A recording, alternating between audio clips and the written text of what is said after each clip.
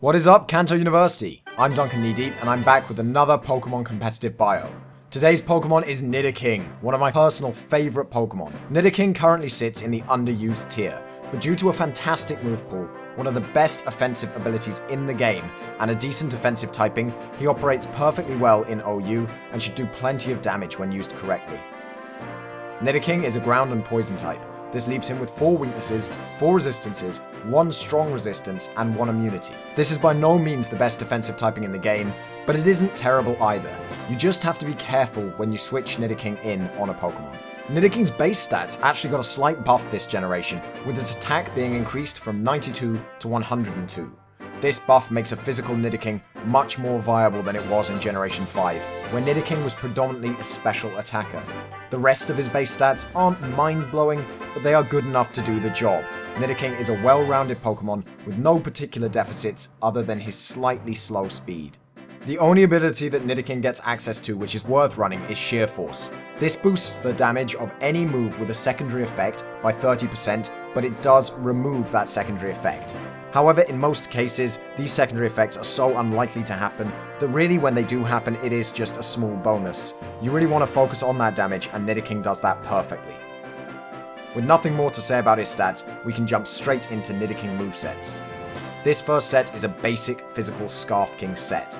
With a Choice Scarf, Nidoking can outspeed any unscarfed Pokemon in OU, and with an adamant nature and that Sheer Force ability, it is sure to hit them hard. Nidoking's moveset rarely changes, regardless of which item he is carrying.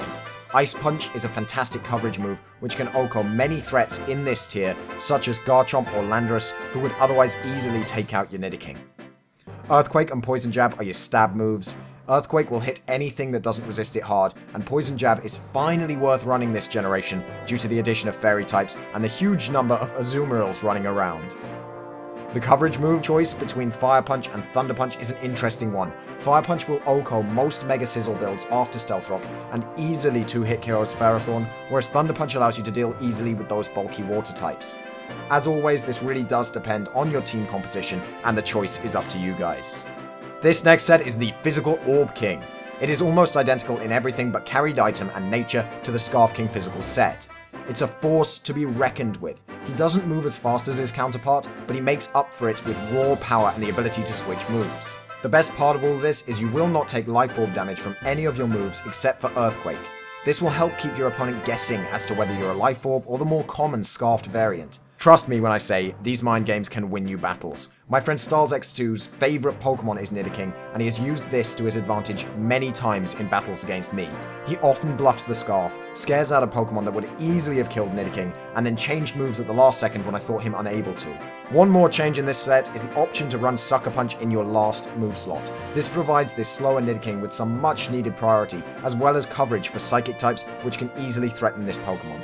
This third set is the Special Scarf King, and there really isn't much to say about this set. It operates in exactly the same way as the physical variant and hits almost as hard. The only difference is in the Pokemon which will wall each variant, as the Physical King will struggle with physical walls and vice versa. I generally prefer the special variant, as I often find myself at a loss on ideas for which special attackers to use, while I always have boxes full of physical attackers I love using in battles. This is, however, a personal preference and has no bearing whatsoever on how effective these sets are. Finally, we have the Special Orb King. Just like the Special Scarf King, this is basically the special counterpart to the physical version of this set. It should be used in much the same way as the Physical Orb King, and just like the Physical King, it benefits by allowing you to play those mind games with your opponent and bluff the Scarf, which is really important for using this set really effectively. Finally, we're going to move on to Team Synergy. Nidoking pairs really well with physical walls and Pokemon which resist its weaknesses. Rotom Wash is a particularly good partner as it can switch in to absorb hits, is immune to ground, which is one of Nidoking's most prominent weaknesses, and it can easily Volt Switch back out to allow a Scarf King variant to change moves and deal with the threat. Other good partners are Ferrothorn, who can set up rocks or spikes to help Nidoking kill sashed or sturdy Pokemon, Talonflame, who can switch in on ground-type attacks and either use strong priority attacks to eliminate the threat, or, with my personal favourite build of a bulky Talonflame, burn a physical threat with a Will-O-Wisp, reducing its ability to hurt your team. Finally, we've got Azumarill, who pairs really well with special variants of Nidoking, can be either bulky with an Assault Vest or more aggressive with a Choice Band or the Citrus Berry Belly Drum set. and it provides some much needed priority on your team. As a special mention, we've got Tyranitar and Hippopotas. Nidoking works quite well as the special attacker on a sand offense team, so you can think about putting him in one of those, although there are generally better choices. There are many other choices for team building with Nidoking, and I encourage you to try and use this underused Pokemon. You might find him to be a lot more effective than you previously believed. If you want to see Nidoking and many other Pokemon in action, please click the link in the description below to check out my channel, as I do post quite a few Pokemon battles on that channel. If you enjoyed this video, please remember to click the like button, subscribe to Kanto University for more videos on everything Pokemon, and comment down below with sets that you think would work on Nidoking. I look forward every week to reading your set suggestions, so please do put them down below. I've been Duncan Knee Deep, and I will see you all next time.